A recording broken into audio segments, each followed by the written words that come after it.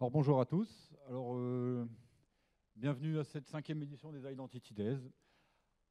Alors moi je ne vais pas vous parler Active Directory, je vais vous parler SSO as a Service et notamment comment mettre en œuvre une architecture SSO DevOps avec Lemon LDAP-NG. Est-ce que certains d'entre vous ont déjà entendu parler de Lemon? Non? Oui? Quelques-uns. Ah, merci. Alors je me présente, Christophe Maudou, ingénieur réseau système du CNAM. Je suis actuellement doctorant en cybersécurité, maître de conf associé CNAM Paris, mainteneur Lemon, et je travaille à une agence, à l'ANSSI, agence toute nouvellement créée qui remplace le STSI Carré, Agence nationale des forces de sécurité intérieure. Donc nous on s'occupe de tout toute l'informatique, police, gendarmerie. Voilà. Et donc moi, je suis plus particulièrement chargé de la conception. Je m'occupe surtout des plateformes SSO, toutes les plateformes SSO qui sont gérées par l'ANSSI, SSO police, gendarmerie, enfin toutes les plateformes. Voilà. Donc je vais vous présenter Lemon LDAP-NG. Je vais vous parler de différents types de raccordements. Je suis obligé de parler de ces modes de raccordement pour pouvoir introduire les différentes plateformes qu'on utilise pour les forces de sécurité intérieure, FSI, Force de sécurité intérieure, police et gendarmerie nationale. Et je vais vous parler un petit peu de SSO as a Service. Alors nous, on est toujours un petit peu en retard, donc c'est un service qu'on vient d'ouvrir il n'y a pas tellement longtemps. Nous, on a une vieille infra, enfin voilà. Donc c'est pas facile d'évoluer. Alors, qu'est-ce que c'est Lemon? Alors, Web SSO et Lemon LDAP-NG. Alors, quelques principes de base pour ceux qui ont vécu dans une grotte depuis quelques années. Alors, Lemon LDAP-NG, c'est quoi? C'est un produit Web SSO, c'est une solution complète 3A. Alors, ça veut dire quoi 3A? Authentification. Donc, avec Lemon, vous pouvez vérifier l'identité des utilisateurs. On fait la distinction entre l'identification et l'authentification. Identifier quelqu'un, c'est lui demander comment il s'appelle, et l'authentifier, c'est de s'assurer que la personne ou le serveur est bien celui qu'il prétend être. Donc, pour ça, vérification différente de identification. Donc, authentification différente d'identification. Ensuite, Lemon permet de gérer les autorisations. Donc, ça, c'est important. Avec Lemon, vous pouvez mettre en place du contrôle d'accès. Voilà. Donc, ce n'est pas parce que vous êtes authentifié que vous avez forcément accès à l'ensemble des ressources du système d'information. Et enfin, Lemon fournit des traces et des journaux d'activité. Ça permet de faire de l'imputabilité des actions. Donc, nous, c'était un prérequis pour ouvrir nos applications. Il fallait savoir qui fait quoi. Vous n'avez pas forcément accès à tout, et quand vous accédez à une appli, on veut savoir qui a accédé et quand et qu'est-ce qu'il a fait. Alors après, les traces techniques, savoir exactement ce qui a été fait dans l'appli, ça, on va collecter les logs au niveau des applications. Le SSO, on sait que telle personne a accédé à telle appli, tel jour, à telle heure. Alors, je vais faire un petit rappel quand même pour poser les principes. Alors, qu'est-ce qu'un produit? Quelle est la cinématique SSO? À quoi ça sert? Pourquoi on utilise un SSO? Si vous avez que 2 applis, c'est sûr que ça ne va pas vous apporter grand-chose. Mais nous, il faut savoir qu'en gendarmerie, on a environ 350 applications. Et en côté police, on en a environ 150, avec 130 000 utilisateurs côté GN et 150 000 côté PN. Donc, vous imaginez bien qu'avec plus de 300 applis, si on gérait les mots de passe dans chaque appli, au bout de 6 mois, vous avez potentiellement 300 mots de passe différents, avec des cycles de vie différents, etc. Donc comment on fait?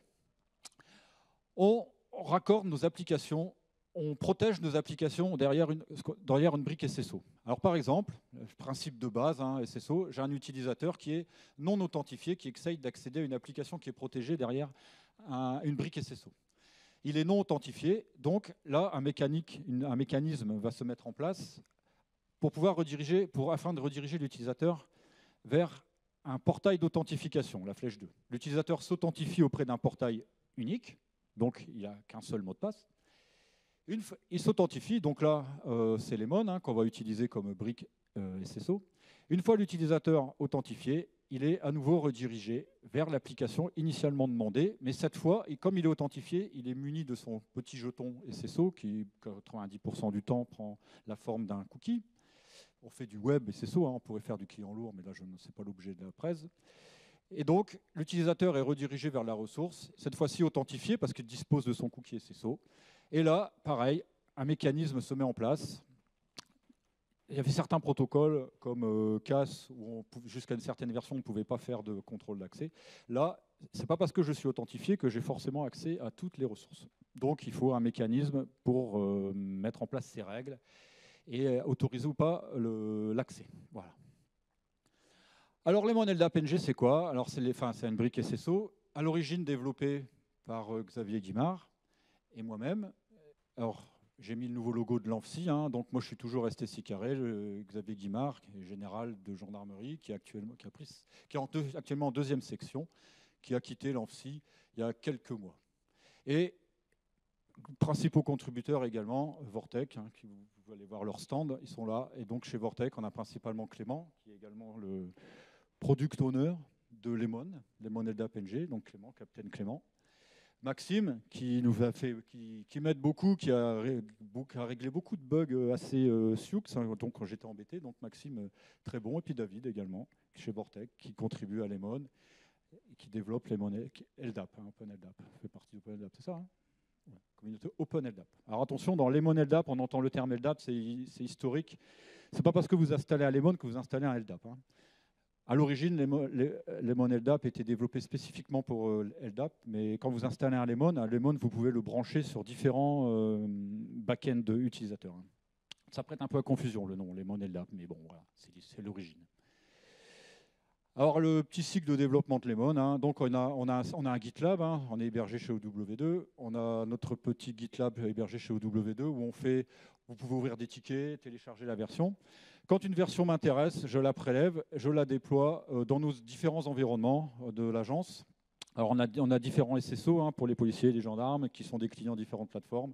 Donc la nouvelle version, je la prélève, je la déploie en dev, après en pré-prod. Une fois que c'est bon, elle passe en prod. Et donc en général, j'essaye de faire des montées de version sur nos environnements de prod 1 à 2 fois par an. Voilà. Sauf si j'ai un problème, si je trouve un bug, j'ouvre un ticket. Si je peux, je le règle, ou sinon j'ouvre un ticket. Et puis là, on espère que la communauté va m'aider. Voilà. Et donc, c'est le petit vélo Lemon, hein, j'appelle ça le petit vélo, le cycle de développement, une release tous les 3 mois sur le GitLab, et on déploie en général 1 à 2 versions majeures sur nos infras. Voilà. Alors, je vais parler un petit peu mode de raccordement. Cette mécanique SSO, ici, là, c'est système de redirection, il y a plusieurs façons de la mettre en œuvre. Et donc, ça va dépendre un peu de vos applications, de ce qu'elles sont capables de faire. Donc, bien souvent, ce qu'on fait pour mettre en œuvre ces mécaniques de redirection, on peut utiliser ce qu'on appelle le raccordement par fédération d'identité. Et donc, les deux grands protocoles que nous, on utilise, il y a CAS, j'en ai pas parlé, nous, on ne fait pas de CAS, on fait essentiellement du SAML ou le protocole OpenID Connect.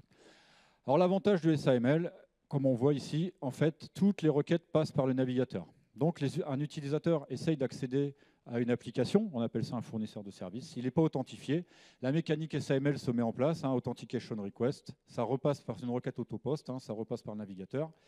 On arrive sur le fournisseur d'identité, ici Lemon, l'utilisateur s'authentifie. Une fois authentifié, le fournisseur d'identité, dans une SAML response, pareil, requête autopost, ça repasse par le navigateur, on transmet les données d'identité à l'application dans ce qu'on appelle des assertions SAML. Donc c'est du protocole, ça a été inventé en 2002, pardon.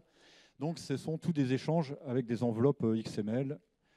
Voilà, c'est assez verbeux. Mais le gros avantage d'OpenID Connect, c'est comme vous voyez, il n'y a pas besoin de lien réseau entre le fournisseur SAML, merci, Swazik. Donc il n'y a pas de lien entre le fournisseur d'identité et le fournisseur de service. C'est le gros avantage du SAML par rapport à OpenID Connect. Et donc Lemon peut être utilisé comme fournisseur d'identité ou fournisseur de service. Si votre appli ne gère pas le SAML, vous pouvez connecter votre appli derrière un Lemon en reverse proxy, par exemple, et après, c'est Lemon qui va implémenter le protocole SAML. Alors, OpenID Connect, c'est une évolution de SAML, c'est un peu le même principe. Alors, il faut savoir qu'en OpenID Connect, on utilise maintenant les préconisations, c'est l'Authorization Code Flow. Hein. La norme OpenID Connect prévoit d'autres implicites et hybrides, mais ceux-là sont dépréciés, on ne les utilise plus, donc on implémente uniquement, recommandation uniquement Authorization Code Flow. Alors, l'intérêt de ce flow, c'est qu'en fait, il y a 2 étapes. On authentifie l'utilisateur et on authentifie l'application. Alors là, j'ai pris un exemple d'une appli mobile. Hein. Là, c'est mon utilisateur qui est sur son magnifique smartphone. Moi, je ne suis pas très fort en dessin, merci à Alexandre, c'est lui qui m'a fait tous les schémas. Moi, je suis nul en dessin. Donc, première étape, l'utilisateur a son téléphone, il lance l'application. L'application lance ce qu'on appelle une WebView, une custom tab. La custom tab appelle l'OP, le fournisseur d'identité, l'OpenID Connect Provider. L'utilisateur s'authentifie auprès de l'OP. Une fois authentifié, l'OP lui retourne un code d'authentification, authorization code. Cet authorization code est passé par la WebView à l'appli. Et après, donc là, on a authentifié l'utilisateur. Alors pourquoi on fait ça? C'est pour éviter que l'utilisateur s'authentifie directement dans l'application. Si vous avez une appli malveillante, elle pourrait capturer les mots de passe. Donc l'appli lance une WebView, une custom tab, l'utilisateur s'authentifie dans la custom tab, et ensuite la custom tab fournit l'autorisation code à l'appli. L'appli sait que l'utilisateur est authentifié. Et la deuxième étape, c'est qu'on authentifie l'application. Avec l'autorisation code, l'application doit être déclarée dans l'OP. Hein, et voilà, donc là, j'authentifie l'utilisateur, j'authentifie l'application, et là, je récupère des tokens, access token, ID token, et éventuellement refresh token. Ça, c'est toute la mécanique OpenID Connect. Et après, soit l'appli, ça s'arrête là, la mécanique, ou soit souvent les applis mobiles, on va avoir un back-end, et donc je peux passer l'access token au back-end de l'appli, et grâce à cet access token, l'appli peut requêter l'OP, le endpoint user info, et connecter les données d'utilisateur. Donc ça, c'est une implémentation complète avec une appli mobile et un back-end. Voilà. Donc ça, c'est la méthode par fédération d'identité. Donc ça, c'était juste pour en parler. Et donc, Lemon peut être utilisé comme OP ou RP. Nous, ce qu'on utilise beaucoup, c'est historique. Hein. Nous, on utilise beaucoup les modes de raccordement par ce qu'on appelle reverse proxy, mandataire inverse. Alors, Lemon peut être déployé sur les principaux serveurs web, hein, Nginx ou Apache. Mais également, vous pouvez utiliser Lemon, hein, comme c'est du Perl, vous pouvez utiliser des serveurs web comme Starman ou Corona, ce sont des applis Perl. Voilà. Alors, il faut savoir que Lemon LDAPNG, c'est du code Perl, c'est historique. Donc, Lemon, c'est un process externe. Donc, il faut que les serveurs web, les reverse proxy Nginx ou Apache, puissent dialoguer avec, appeler des scripts externes. Donc, on utilise ce qu'on appelle les mécaniques. C'est des mécanismes qui ont été conçus dans les années 90. Hein. Au départ, CGI, mécanisme CGI, Common Gateway Interface. Parce qu'à l'origine, les sites web, les serveurs web n'étaient capables que de fournir du code statique et on voulait pouvoir générer du code dynamique en fonction des utilisateurs. Donc c'est à l'origine de PHP. Hein. PHP, ça veut dire Personal Home Page à l'origine. Et donc PHP a utilisé, c'était le principe des CGI. La requête arrive sur un serveur web, le serveur web passe la requête pour traitement à un script externe. Et c'est le script externe qui génère la réponse, qui la retourne au serveur web, et le serveur web la retourne à l'utilisateur. Alors sous Apache, pour appeler du code de Lemon, c'est historique aussi, hein, on utilise ce qu'on appelle le mode Perl, mode MP2, mode Perl 2, c'est un module externe d'Apache qui peut traiter exécuter du code Perl. Sous Nginx, on n'utilise pas cette méthode. Nginx, on va plutôt utiliser soit un serveur FastCGI ou WSGI. Nginx supporte nativement les protocoles FastCGI et UWSGI. Vous n'avez rien à faire. Donc, nous, on utilise que du Nginx, du Apache pour des besoins très particuliers, comme par exemple la directive proxy remote, qui n'existe pas sous Nginx. J'ai eu beau échanger avec F5, parce qu'il faut savoir que c'est F5 qui a racheté Nginx, ouvert des tickets chez F5, ça n'existe pas. J'ai demandé à Maxime, il s'est cassé les dents. Enfin, on n'arrive pas à faire on n'arrive pas avec un serveur web Nginx, un reverse proxy, on n'arrive pas à dialoguer avec un proxy. Donc on est obligé de passer par un Apache. Alors il faut savoir, contrairement aux méthodes par fédération d'identité, ici le navigateur dialogue ou en SAML, je vais prendre l'exemple du SAML, l'utilisateur en fédération d'identité s'adresse directement à l'application. On s'adresse à l'appli, c'est l'appli qui implémente le SAML ou l'OpenID Connect, et ensuite c'est la mécanique qui se met en marche entre l'appli et le fournisseur d'identité. Qu'en reverse proxy, les applis ne sont pas directement accessibles aux utilisateurs. Alors comment ça fonctionne? Alors pareil, l'utilisateur essaye d'accéder à une application qui est protégée. Alors ce mode ici, je l'ai laissé, c'est pour expliquer, mais on n'utilise pas cette méthode parce qu'en fait, la requête arrive, pour pouvoir mettre en place cette mécanique de redirection, on utilise ce qu'on appelle des agents, un handler. Et donc, soit on peut faire porter le handler directement par l'application, mais ça oblige à modifier le code de l'appli, à avoir accès au code de l'appli, ce qu'on ne peut pas faire avec des applis sous étagère. Donc on ne travaille jamais comme ça. Donc qu'est-ce qu'on fait? On branche les applications derrière des reverse proxy, et ce sont les reverse proxy qui embarquent le code du handler, de l'agent. Donc là, qu'est-ce qui va se passer? L'utilisateur essaye d'accéder à une appli qui est protégée. Donc il va viser un DNS de front qui est devant les reverse proxy. L'utilisateur va arriver sur les reverse proxy. Le reverse proxy va être intercepté par l'agent. S'il n'a pas de cookie, l'agent, qu'est-ce qu'il fait? Il récupère la requête, il cherche un cookie. S'il n'a pas de cookie, l'agent va retourner un code 302 de redirection et va rediriger l'utilisateur vers le portail d'authentification. Le portail, c'est également un handler.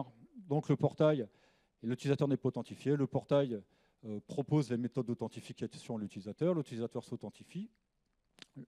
Le portail va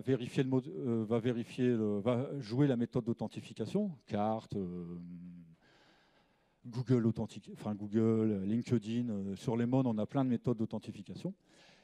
Si l'authentification réussit, le portail collecte les données utilisateurs. Donc historiquement, c'était un LDAP, mais on peut mettre les comptes utilisateurs dans un LDAP, dans un Active Directory, dans une base SQL, dans ce que vous voulez. La grande force de Lemon, c'est que Lemon s'adapte à votre architecture. Donc, le portail collecte les données utilisateurs. Là, il va créer une session avec toutes les données utilisateurs. Il va vous générer un ID de session. L'ID de session va servir de clé primaire pour rechercher la session dans la base SQL. Nous, on utilise du Postgre. Il collecte les données de session et il crée une session avec un identifiant unique, un ID de session qui est généré de façon aléatoire. Et cet ID de session, il le met sur un cookie. Quand on configure le SSO, on utilise ce qu'on appelle le manager. Quand on configure le SSO, le manager, lui, va écrire la configuration dans une base également Postgre, dans une table, la table des configurations. Donc là c'est la table des configurations, le manager écrit dedans, et le portail, quand il écrit les sessions, il va écrire dans la table des sessions. Le portail retourne une fois que l'utilisateur est authentifié, il lui a créé une session, il a généré un cookie avec l'ID de session dessus. Le portail va à nouveau retourner un code 302 à l'utilisateur et rediriger l'utilisateur vers l'application initialement demandée. Là, la requête est à nouveau interceptée par le handler. Le handler trouve le cookie de session, récupère l'ID de session et va collecter les données de session utilisateur dans la base des sessions grâce à la clé primaire qui est l'ID de session. Le handler récupère également la conf, donc là il récupère les sessions, le handler récupère la configuration, et grâce aux données de session et grâce à la conf, le handler va parser les règles et vérifier si l'utilisateur a bien accès. Alors il faut savoir que l'empreinte du handler, c'est 3 millisecondes. Donc on entend souvent des chefs de projet qui ne veulent pas faire de handler parce que soi-disant on leur dit que c'est moins performant que la fédération d'identité, c'est faux. L'empreinte du handler, c'est à peine 3 millisecondes de traitement entre une requête qui est interceptée par le handler et une requête qui ne l'est pas. Donc nous, on a 4 reverse proxy Nginx, on a 80 000 requêtes, on a 80 000 sessions par jour, on a 50 millions de requêtes par jour sur nos reverse proxy. Et on peut encaisser la charge avec 2 Nginx. On en a 4 pour la haute dispo, mais on encaisse 50 millions de requêtes par jour et on a 130 000 utilisateurs. Ça tient la charge, pas de problème. Et donc, le handler intercepte la requête, collecte les données, récupère l'ID de session, récupère la conf, les données de session, parse les règles. Si je n'ai pas accès, 403 accès interdit, il me redirige vers le portail et puis là, on peut afficher un message d'accès interdit. Ou ça, vous pouvez catcher les erreurs, vous faites ce que vous voulez. Si j'ai le droit d'accéder, code 200, et le handler laisse passer la requête, et donc le reverse proxy, un proxy pass vers les applis. Et une fois qu'il a laissé passer la requête, il faut savoir que le handler surcharge toutes les requêtes. Donc on transmet les données d'identité à l'application grâce à des entêtes HTTP, et le handler surcharge toutes les requêtes. Et donc c'est grâce à ça que les applications connaissent l'identité de l'utilisateur. Alors ça, toute cette conf, là, les règles d'accès et les entêtes transmises, ça se paramètre dans le manager. Et donc, ce sont les chefs de projet qui me disent « Moi, je veux que tu m'envoies le mail, le nom, le prénom. » Et donc, je transmets toutes les données à l'appli via des entêtes HTTP. Donc ça, c'est l'architecture. 90% de nos applis sont recordées sous ce mode. Voilà. Et donc, Lemon LDAP-MG propose différents types de handlers. Le handler qui cherche un cookie, c'est le handler main, c'est celui qu'on utilise principalement. Après, vous avez un handler OAuth2 qui cherche le cookie. Au lieu de chercher un cookie, il va chercher un access token OAuth2. Vous avez un handler auth basic qui implémente la méthode auth basic, ça c'est historique pour des vieilles applis. Vous avez un handler service token qui permet de faire des appels protégés web service. Ça, ce sera l'objet d'une autre presse. Voilà. Donc, je vais vous décrire en vitesse les différentes plateformes déployées pour les forces de sécurité intérieure. On a différentes plateformes parce que ça répond à différents besoins. Alors voilà, j'ai brossé un peu toutes nos plateformes. Alors on a des plateformes en interne pour les gendarmes et les policiers quand ils ouvrent quand ils veulent accéder à des applis comme le TAJ, le FPR, le SIV, le FSPRT, tout ça. Donc on a le SSO gendarme qui s'appelle Proxima. On a, comme je disais, 350 applis environ et 130 000 utilisateurs. On a le SSO police qui s'appelle Keops, 150 applis, 150 000 utilisateurs. On a un SSO qu'on appelle fédéré, ça permet les applis qui sont communes à la police et la gendarmerie, plutôt que de les monter deux fois, on les raccorde qu'une seule fois derrière PSI, et le portail PSI, lui, c'est un SSO fédéré. On a fait de la fédération d'identité entre PSI, Proxima et Keops. Ça veut dire qu'une appli qui est derrière PSI, l'utilisateur arrive sur PSI, si les policiers ou gendarmes, ils choisissent de s'authentifier avec l'un ou l'autre, donc moi j'ai un compte dans les deux, donc je peux choisir l'un ou l'autre, mais les policiers vont choisir Keops et gendarmes Proxima. Là, ils cliquent sur le bouton, là c'est la mécanique SAML qui se met en jeu, tac, le policier part sur Keops, il s'authentifie, Keops transmet les données d'identité à PSI, et PSI transmet les données d'identité aux applis, et voilà. JudiWeb, c'est un SSO qu'on a en DMZ qui permet d'interconnecter la justice, d'autres ministères. Et ensuite, nous avons des SSO sur Internet. Si vous voulez devenir gendarme, il va falloir créer un dossier de candidature. Donc vous allez sur Internet et là, on va vous demander de vous authentifier, de créer un compte. Et là, vous verrez une page. Et là, c'est un Lemon également. Donc on a Curaçao, c'est un SSO Internet pour les gendarmes, pour faire de la formation continue quand les escadrons sont en déplacement et ils ne peuvent pas se connecter, donc ils passent par Internet. Calypso, c'est l'équivalent, c'est ce que je suis en train de monter, ça va être un SSO Internet pour les policiers. Espresso, Extenso, voilà. Ce sont différents SSO qu'on a sur Internet. Voilà. Donc, nos jolis logos. Alors, différents SSO parce que différentes méthodes d'alimentation des comptes, etc. Donc, différentes plateformes. On cloisonne, hein, chacun chez soi, différentes gestions des droits, etc. Donc, règles de gestion des utilisateurs et des droits d'accès sont différentes. Voilà. Donc, on cloisonne. Et toutes ces plateformes, donc là, on en a déjà 2, 4, 6, 8, multiplié par prod, alors différentes instances, toutes ces plateformes sont déclinées en différentes instances, hein, la prod, la pré-prod, la forme, la dev. Donc 4 x 8, 32 déjà, plus quelques SSO dont je n'ai pas parlé. Donc on a plus d'une bonne trentaine de plateformes SSO. Plateforme SSO, ça veut dire des VM pour les portails, des VM pour les reverse proxy, des bases de données Postgre, Redis pour la dev, des LDAP, des esclaves, des maîtres, enfin voilà. Et nous sommes une équipe de 3 pour tout gérer. Voilà. Donc, je vais vous parler maintenant. Je vous ai dit, Lemon propose différents types de handlers. Donc, le handler qui m'intéresse ce matin, que je voulais vous présenter, c'est le handler DevOps. Le handler DevOps qui nous permet de faire du SSO as a service. Alors, comme je disais, Lemon, c'est un produit Web SSO 3A. Ça veut dire quoi? Que Lemon, il gère l'authentification, les autorisations et les accès. Alors nous, notre approche DevOps pour la communauté Lemon, hein, on fait de l'authentification.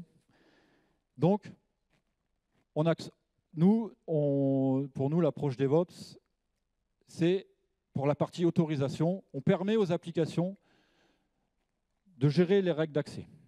Ça nous évite, nous, de faire des montages, de faire de la conf dans le manager. Donc, ce sont les chefs de projet en dev qui mettent en place eux-mêmes leurs règles d'accès. Ça permet, parce qu'avant, on avait un gros travail, ils nous demandaient des règles, on les testait, ça ne leur convenait pas, donc on perdait beaucoup de temps. Donc là, on s'est dit, les chefs de projet, ils vont se débrouiller, on va leur donner, on a des outils, hein, dans Lemon, c'est moi qui l'ai codé, un plugin qui s'appelle, j'ai un trou. On a un plugin qui permet de lister tous les droits des utilisateurs, Check User. C'est moi qui l'ai codé, je ne me souviens plus du nom. Check User qui nous permet de savoir les en-têtes transmis. Vous mettez l'URL, vous savez si l'utilisateur a accès. Vous pouvez collecter toutes les données de l'utilisateur. Voilà. Donc on donne cet outil, les chefs de projet ont accès à cet outil. Et ils se débrouillent. Ils définissent leurs règles, hein, ils apprennent à faire des regex. Et application, donc c'est l'application qui va gérer elle-même ses droits, qui va définir les règles d'accès. Ça permet aux chefs de projet de les tester, etc. Donc la définition des règles d'accès, on la délègue aux applis. Ensuite, la partie accounting. Accounting, ça veut dire les logs. Les applis, comment elles font les logs? C'est grâce aux en-têtes HTTP qu'on leur transmet. Donc on s'est dit, pareil, c'est les chefs de projet vont se débrouiller. C'est eux qui vont choisir, plutôt que de venir me voir et me dire, tiens, tu peux m'envoyer le nom, le prénom, le mail, et puis 2 jours après, il s'aperçoit qu'il a besoin de ça, et puis finalement, ça ne correspond pas aux besoins. Bref. Donc on s'est dit, on va déléguer ça aux chefs de projet. Donc ce sont les chefs de projet qui vont choisir les en-têtes qu'ils veulent recevoir. Ça, comme ça, je ne m'en occupe plus. En dev, hein. Nous, on n'utilise pas le DevOps. Actuellement, on n'a pas ouvert l'offre DevOps en prod. on le fait que en dev. Une chose à la fois. Par contre, on ne peut pas se permettre de déléguer l'authentification aux applis. C'est toujours la brique Lemon, c'est toujours la brique SSO qui va gérer l'authentification.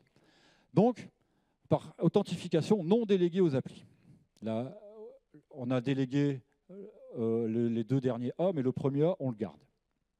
C'est nous qui nous assurons l'authentification des utilisateurs. On ne délègue pas l'authentique. Donc, comment on fait? C'est Lemon qui continue à authentifier les utilisateurs. Donc, on va mettre en place ce qu'on appelle, ce que j'ai appelé, un serveur d'authentification centralisé. Donc, ça posait problème avec CAS. Je ne savais pas comment le tourner. Je ne voulais pas que ça soit confondu avec CAS. Central Authentication Server, CAS. Bon, ça m'embêtait. Donc, je l'ai mis dans l'autre sens. Serveur d'authentification centralisé. Et du coup, on va permettre aux applications de surcharger la conf SSO. Alors, comment ça marche? Ici, j'ai un utilisateur, il s'authentifie, je vais simplifier, donc l'utilisateur s'authentifie directement auprès du portail. Ensuite, quand on fait du DevOps, comme je ne veux pas faire de montage, je ne veux pas avoir à modifier les reverse proxy, donc les utilisateurs accèdent directement à l'application du chef de projet. Donc on ne fait pas de montage reverse proxy quand on fait du DevOps. C'était le but. Alors il y a une version un peu hybride que j'ai appelée hybride. Là, c'est ce que j'appelle le full DevOps. Ça veut dire que je n'ai rien à faire. L'utilisateur, je n'ai pas de montage reverse proxy à faire, donc l'utilisateur s'authentifie auprès du portail et ensuite il arrive directement sur l'application du chef de projet, sans passer par les reverse proxy. Là, la requête arrive dans le serveur web, donc nous on utilise Nginx. On peut le faire avec Apache, j'en parle un petit peu, mais nous on travaille essentiellement avec Nginx, donc je vais plutôt axer sur Nginx. Donc c'est un serveur web, Nginx, donc la requête arrive sur l'application du chef de projet, et là, il faut que l'application du chef de projet transmette la requête à ce que j'ai appelé le serveur central d'authentification. Donc, sur ce serveur, qu'est-ce que j'installe? J'installe uniquement le code du handler DevOps. Donc, j'ai installé le handler Lemon DevOps. Alors là, le schéma a été fait avec UWGI, mais on pourrait le faire en face CGI.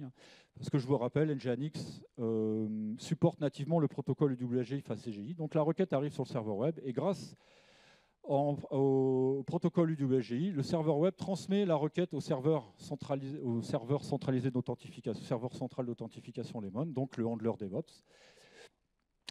Le handler DevOps vérifie la présence du cookie. Je vous rappelle, l'utilisateur est déjà authentifié, donc il est authentifié, il a son cookie, il arrive sur l'application du chef de projet. Là, le serveur web transmet l'appli au serveur central d'authentification, qui est le handler DevOps. Le handler DevOps intercepte la requête. Il trouve le cookie SSO, même mécanique que le handler main. Le handler collecte les données de session grâce à l'ID de session, collecte la conf SSO, la même conf que je fais quand je prends des sauvegardes via le manager.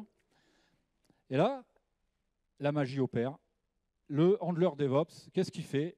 Il requête le serveur applicatif du chef de projet, serveur sur lequel le chef de projet a déposé un fichier qu'on appelle rules.json. On peut changer le nom, c'est le nom par défaut, rules.json.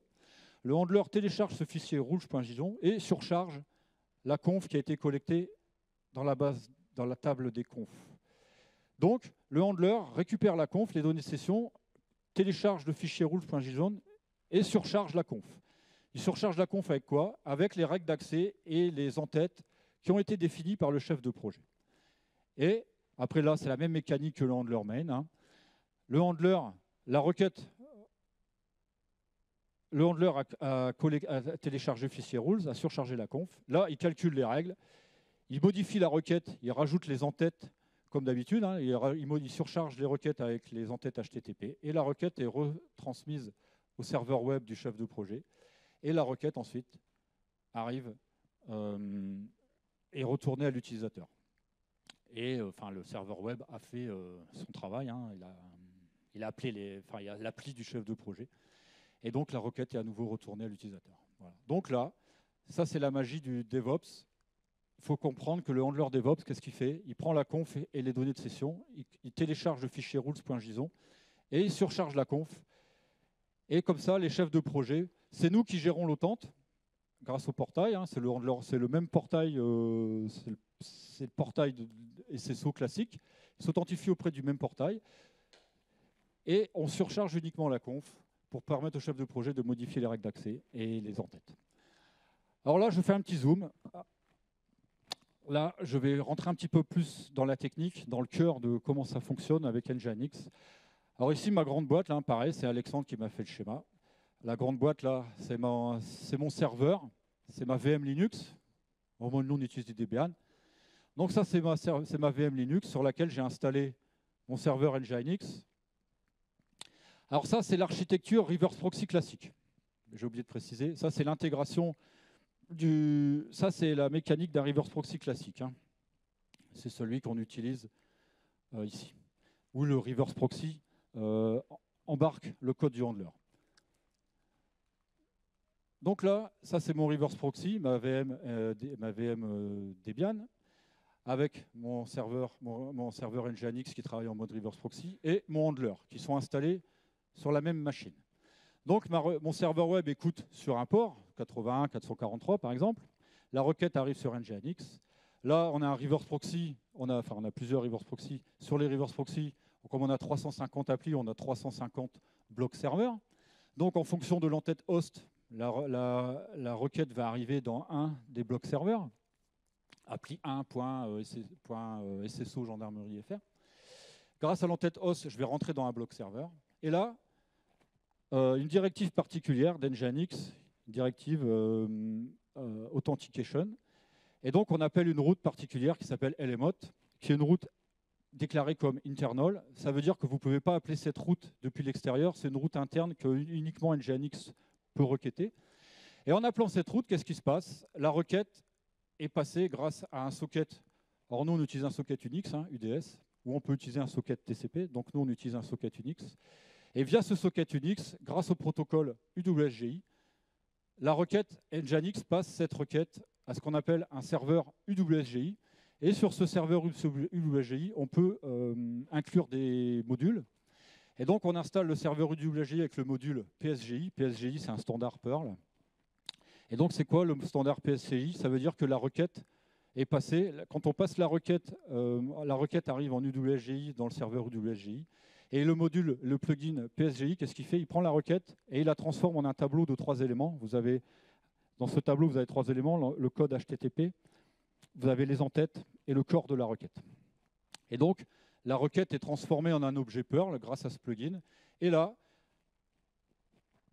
j'appelle un script qui s'appelle LLNG server PSGI. Et ce script, en fonction de paramètres qu'on lui passe, si je lui passe LLType type handler, ce script va appeler un handler. Si j'appelle LLType manager, ce handler va appeler le manager. Si je passe reload, ça va m'appeler le reload. Si j'appelle portail, etc. Et donc, c'est grâce à ça, la magie est là, grâce à ce protocole UWSGI et ce socket soit Unix ou TCP, la requête arrive sur Nginx. Nginx la passe en UWSGI au serveur UWSGI. Le plugin PSGI transforme la requête en un objet Perl, un tableau avec 3 éléments. J'arrive dans le code Lemon, et là, Lemon fait son travail. Donc là, le handler va appeler la conf, etc. On modifie. Et après, une fois que Lemon a modifié la requête, Lemon ajoute les entêtes dans un tableau, ça retourne au serveur UWSGI et le plugin PSGI remet la requête au format UWSGI, ça retourne à Nginx et Nginx retourne la réponse. Donc si le handler a calculé qu'il n'avait pas accès, dans ce cas-là, dans le code HTTP, j'aurais un 403, ou un 302 de redirection, etc. Donc ça, c'est la mécanique reverse proxy. Comment je fais quand j'ai un handler DevOps? La magie, c'est presque la même chose. La magie, elle est où, l'astuce? C'est cette ligne ici. En fait, le code du handler, au lieu de le faire porter par les reverse proxy, je l'ai déporté sur une autre machine. Et donc, c'est la même mécanique, sauf que au lieu d'utiliser un port Unix, je vais utiliser un port TCP, et je vais pouvoir transmettre la requête via un port TCP à mon serveur central d'authentification. Et donc là, VHostType, je précise au handler que je veux utiliser la méthode DevOps pour lui dire que je veux que le handler télécharge un fichier rules. Je peux lui indiquer l'URL. Je ne suis pas obligé de faire porter mon fichier rules par le... Je pourrais très bien avoir un serveur applicatif avec mon appli et déporter mes fichiers rules sur un autre serveur. Ça, on ne l'a pas joué encore. Nous, chaque chef de projet pose son fichier rules sur son serveur. Mais on pourrait très bien imaginer avoir un serveur central de règles. J'ai un serveur central d'authentification, j'ai des applis, et j'ai un serveur centralisé où tous les chefs de projet pourraient déposer leurs fichiers rouges. Je pense que c'est ce qu'on va faire parce qu'on en a discuté avec Xavier, parce que nous, on a un petit problème ici de protection, parce qu'en fait, tous les chefs de projet pourraient aller chercher le fichier rules de tout le monde. Donc, il faut qu'on trouve un mécanisme pour protéger cet appel. L'appel qui est fait pour télécharger le fichier rules, il faut qu'on fasse mieux. Donc, je pense que c'est une des pistes, c'est de faire héberger tous ces fichiers rules sur un serveur qu'on pourra protéger. Comment, on ne sait pas. Il faut qu'on réfléchisse. Enfin, c'est surtout Xav qui va réfléchir. Voilà. Et donc, la magie, elle est là.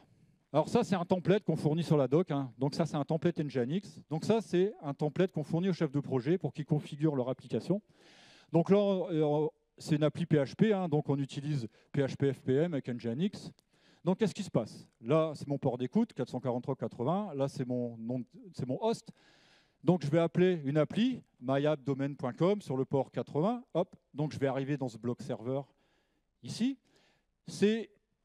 Je fais du PHP, donc je vais appeler un index.php. Donc je vais matcher cette règle, je vais rentrer dans cette directive location ici, index.php. Et là, qu'est-ce qu'on voit? Magique, j'ai une directive Nginx host request et j'appelle la route lmhot. Donc là, Nginx, quand il voit ça, qu'est-ce qu'il fait? La requête, il rentre dans ce bloc ici, lmhot. Là, internal, donc ça veut dire que cette route, je ne peux pas l'appeler avec Firefox, je ne peux pas marquer. Si je tape myappdomain.com/lmhot, je ne peux pas rentrer dans ce bloc parce que s'il est déclaré comme internal. Donc là, moi je travaille en UWGI, on pourrait très bien. Il y a juste à remplacer UWGI par FastCGI, si vous voulez faire du FastCGI, sachant que les performances entre FastCGI et UWGI, c'est un ratio de 2 ou 4. Et donc c'est là que la magie opère. Ici, on a une directive UWGI pass, et là j'appelle mon serveur central d'authentification. En fait, j'appelle mon handler. Ici, 10, 1, 2, 3.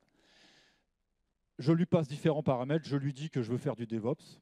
Donc, j'installe le code. Parce que vous n'installez pas un handler DevOps, un handler main. Vous installez apt install lemonLDAP ng handler.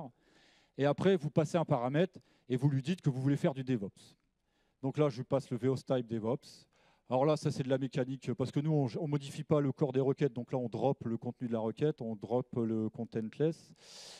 Ça, c'est ce que j'ai rajouté. On peut préciser, ça permet, quand l'utilisateur n'est pas authentifié, de faire la redirection correctement. Donc on lui dit que j'écoute que c'est du HTTPS, et puis je peux indiquer le port de redirection. Ça, c'est pour indiquer au handler, pour qu'il construise l'URL. Si l'utilisateur vise mon appli que je peux authentifier, je repars sur le portail. Et après, pour ramener l'utilisateur sur l'application initialement demandée, il faut préciser au handler comment construire la requête. Donc, vous passez les paramètres ici. Et voilà. Et ici, alors ça, ce n'est pas obligatoire. Là, ce qui est important, on voit que je transmets ma requête au serveur central d'authentification, 10, 1, 2, 3, sur le port 90-90, parce que moi, en fait, sur le même serveur central, j'ai installé le code Lemon, j'ai installé un serveur UWGI et un serveur FastCGI pour les utilisateurs, pour les chefs de projet qui utilisent Apache, parce que Apache ne supporte pas le UWGI. Donc sur le même serveur central d'authentification, la machine qui est ici, là, j'ai installé le code, juste le code Lemon. J'ai installé un serveur UWGI et un serveur FastCGI. Je n'ai pas besoin d'Nginx ici, hein. Je fais que du handler. Et donc, je transmets ma requête au handler DevOps, au serveur central d'authentification. Et bien sûr, il faut que j'autorise le serveur central à télécharger le fichier rules que j'ai posé à la racine de mon site. Ça, c'est impératif. Il faut que le fichier soit posé à la racine du site. Il faudrait voir. Je ne sais pas, je n'ai pas essayé si on rajoute une route derrière /rules/myJSON.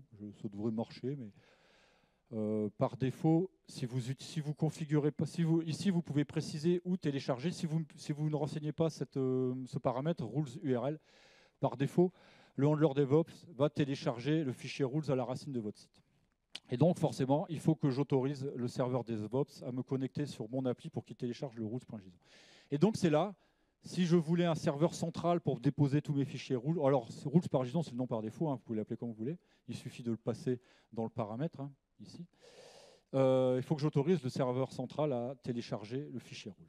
Et voilà, donc la magie elle est là, ici là, UWGI pass. Alors ça, c'est le pendant pour Apache. Alors nous, on ne fait pas d'Apache. Alors l'astuce avec Apache, Comme Apache ne supporte pas nativement UWSGI, on utilise FastCGI, mais je crois que Xav, on avait essayé d'utiliser le mode... il y a un module FastCGI dans Apache, mais je crois qu'il est buggé. Et non seulement il était buggé, et je pense que ce module FastCGI Apache ne sait pas modifier les requêtes. On ne peut pas l'utiliser pour surcharger les requêtes. Donc, qu'est-ce qu'il a fait, Xav? Il a créé un client FastCGI Lemon. Et donc, ce client FastCGI Lemon que vous devez installer sur votre serveur applicatif en Apache, c'est lui qui va requêter le serveur central d'authentification. Et donc, c'est un peu la même chose, hein, le port, server name. Là, c'est les directives. Et donc là, ici, Perl leader parser handler, ça c'est une directive qui est fournie par le module mode Perl, comme je vous parlais au début, hein, le module mode Perl Nexter d'Apache. Et donc ce module mode Perl, qu'est-ce qu'il fait? Plutôt que d'utiliser un handler classique qui cherche des cookies, on lui dit d'utiliser un serveur SSO as a service Apache client. Et donc c'est ce serveur, c'est ce client FastCGI qui va implémenter la mécanique du handler. Donc c'est ce client FastCGI qui va transmettre la requête au serveur FastCGI central. Le serveur va faire sa tambouille et après il va récupérer la réponse et après qu'il va la retourner à Apache. Et donc là c'est pareil, l'LNG serveur, on doit déclarer l'IP du serveur FastCGI, etc. Donc tous ces templates sont fournis sur la doc. Hein. Alors ça c'est un exemple de fichier, pardon, j'ai fini dans 2 minutes. Donc ça c'est un exemple de fichier rules.json. Donc c'est pas très compliqué, hein. C'est un fichier au format JSON que vous rédigez. Alors il faut apprendre à écrire les règles. Hein. Donc ce sont des regex. Alors là c'est un exemple. Les règles d'accès, deny, accept. Pour avoir accès à API, il faut qu'un attribut member of, il match BDSP, machin. Là. Tout ça c'est de la regex. Ici, vous précisez les entêtes que vous voulez recevoir. Hein, conf, ça va surcharger la conf. Donc là, le chef de projet demande à recevoir le code unité, le mail, le grade, le nigand, etc. Donc ça, c'est un exemple de fichier rules. Mais comme ces fichiers rules, c'était trop compliqué à rédiger pour nos chefs de projet, alors hop, j'ai créé un petit plugin qui s'appelle Check DevOps, qui est disponible dans Lemon. Hein. Quand vous installez Lemon, vous activez ce plugin. Donc, soit vous mettez une URL, l'URL où vous avez déposé votre fichier rules, et ça vous permet de le tester. Donc là, vous mettez l'URL, le plugin va télécharger votre fichier rules, va vous l'afficher, et va vous indiquer de façon jolie, parce que là, dans le fichier rules, vous marquez Nigand, vous allez recevoir le Nigand, et donc si vous testez avec... vous authentifiez sur le portail, vous lancez le plugin, vous mettez juste le rules.json, et là, vous allez voir ce que vous allez recevoir. Donc moi, je m'authentifie auprès du portail, j'accède à votre appli va recevoir mon UID, mon IGEND, etc. Donc ce fichier permet de valider la syntaxe du fichier routes.json.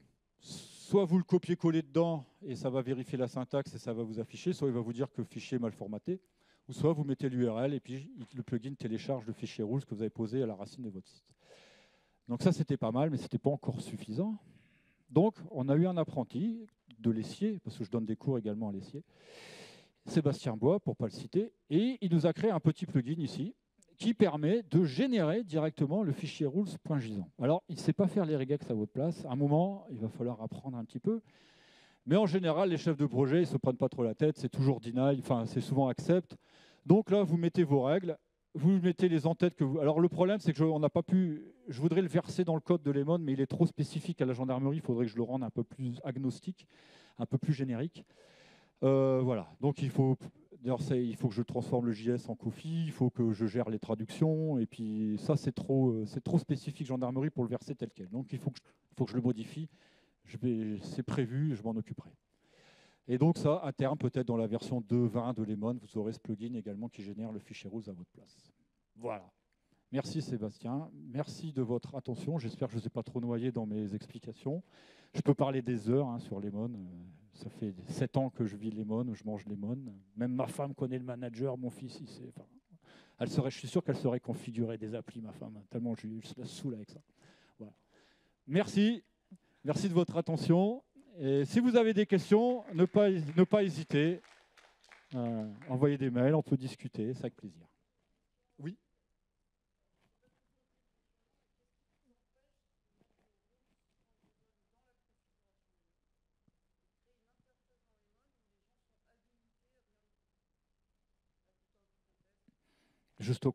Alors, les chefs de projet m'enverraient leur fichier rule, c'est ça?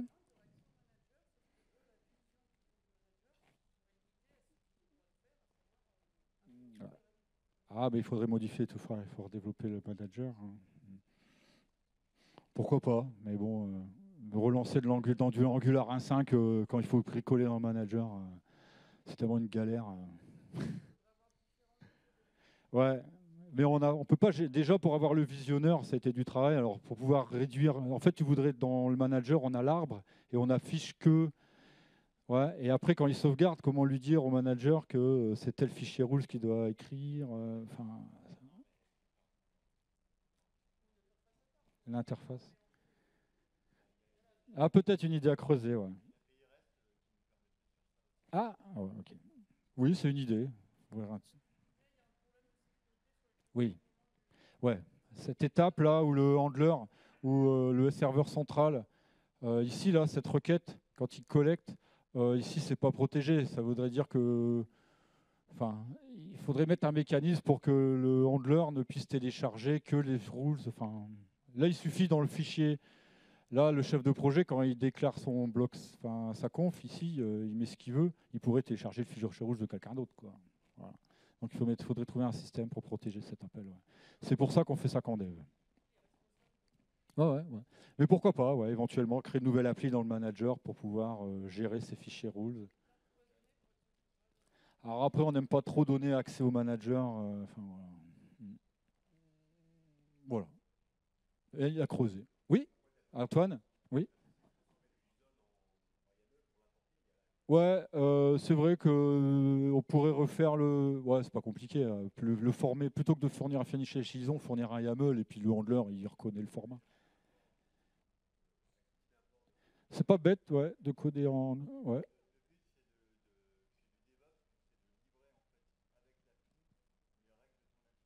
Mm. Ouais, mais après qu'elle soit au format JSON ou YAML.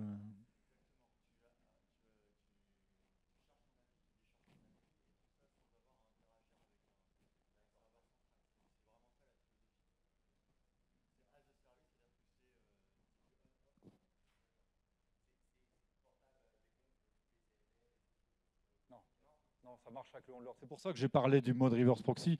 Si vous voulez faire du DevOps, il faut passer par le mode reverse proxy. Ouais. Il faut utiliser le handler DevOps. Donc, handler égale reverse proxy, quoi, hein. Enfin, reverse, oui.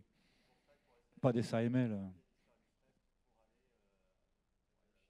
Non, puis SAML, il faut importer les métadonnées, il y a les clés et tout. Enfin, ouais. Voilà. Merci pour votre attention. J'espère que ça vous a intéressé. Et bon salon.